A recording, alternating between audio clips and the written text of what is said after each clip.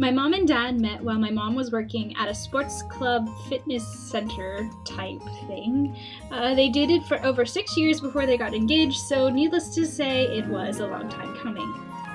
My mom and dad got married and they had my older brother Jesse first, and then they had me. My family started in a really tiny small town in Pennsylvania, and I stayed there my entire life. I actually moved in 7th grade, but we only moved down the street to a bigger house. So I spent my entire life growing up in a really tiny town in Pennsylvania. As a child in elementary school, I was obsessed with Sailor Moon and Pokemon, and I would play Sailor Moon on my trampoline with my neighbors almost every single day. We would jump up into the air and scream the transformation commands and then come back down and pose. It was a mess. I also believed through my entire life that when I hit age 14, Luna would come for me and give me my brooch and I would become a Sailor Scout. You can only imagine my disappointment when I turned 15 and I still didn't have my Sailor Senshi powers. Highlights of junior high, there really weren't many because I really hated my junior high experience. I went through a gothic phase where I wore all black with chains and heavy makeup and all that. Because I was really into punk music and all that, not to mention anime, which I thought you had to look, edgy to be into. All through junior high, I was becoming more aware of what anime was, and I didn't really understand that Sailor Moon and Pokemon were really anime. I just knew that I really liked them. However, because of the way that I used to dress, I got bullied a lot. So one day, when I had just about had it with all the bullying, I just came to school dressed normally. And of course, I found out later that no matter what I was wearing, people were going to bully me anyways. So I got bullied quite a lot in junior high for no particular reason. So basically, if I would sum up junior high, it would be that I had a pretty miserable time because I got bullied a lot because of what I wore and what I liked. So junior high was not really a fun time for me. The summer going into high school marked a huge point in my life. That's right, my first ever anime convention, Otakon 2006.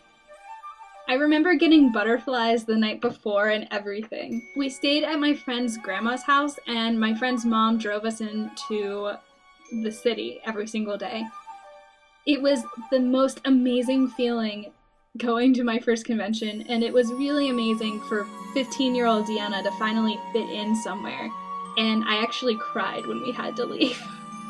In high school, I was basically coming to terms with my self-image, and I was full-fledged into anime at this point. I wasn't gothic anymore, but I found myself getting along better with the kids who were considered gothic or alternative, the ones that still dressed like how I used to.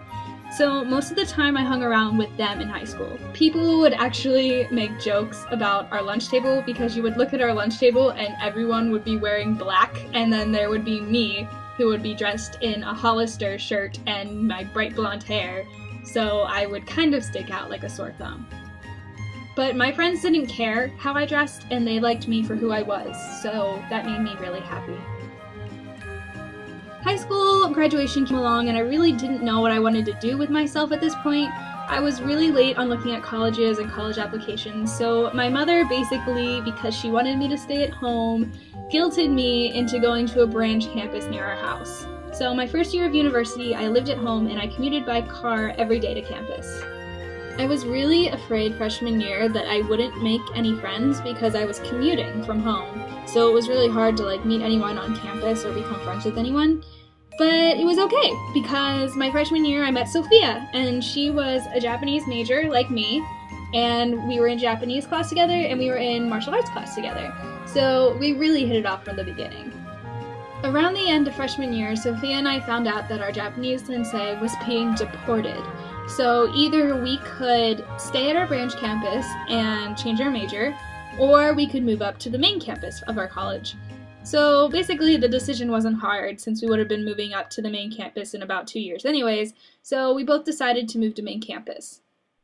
Sophomore year of college was actually really tough for me.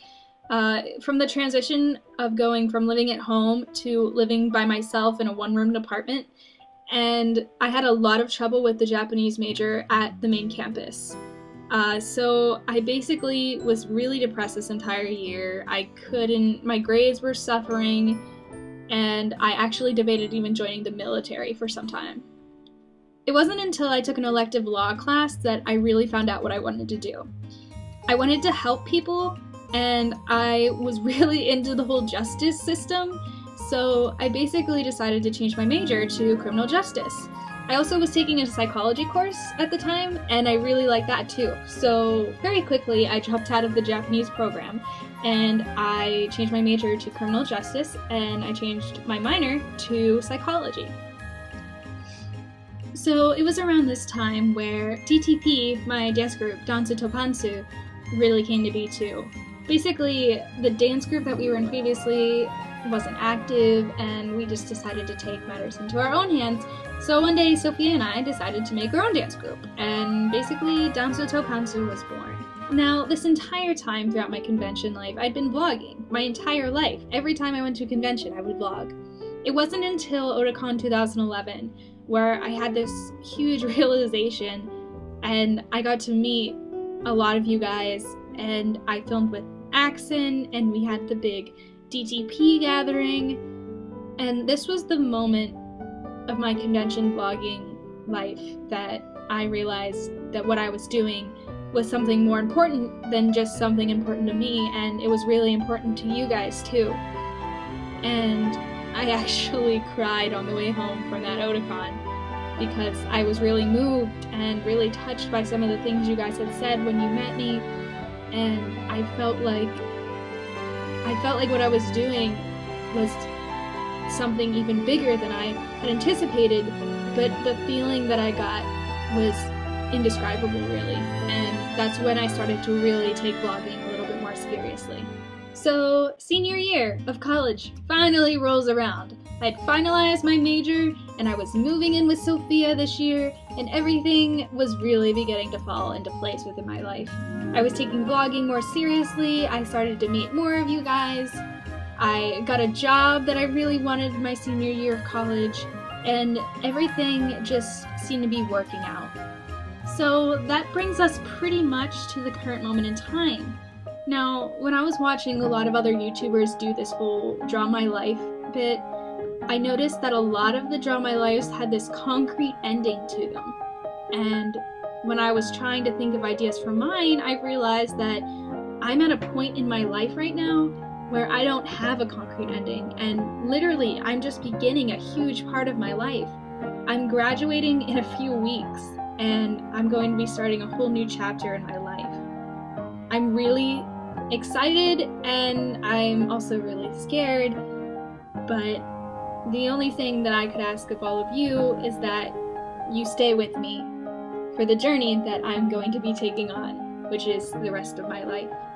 And I hope all of you bunny bundles will be part of my life from now on. Thank you guys so much for watching. If you want to subscribe, click on the word subscribe. If you want to like the video, if you enjoyed it, go like it.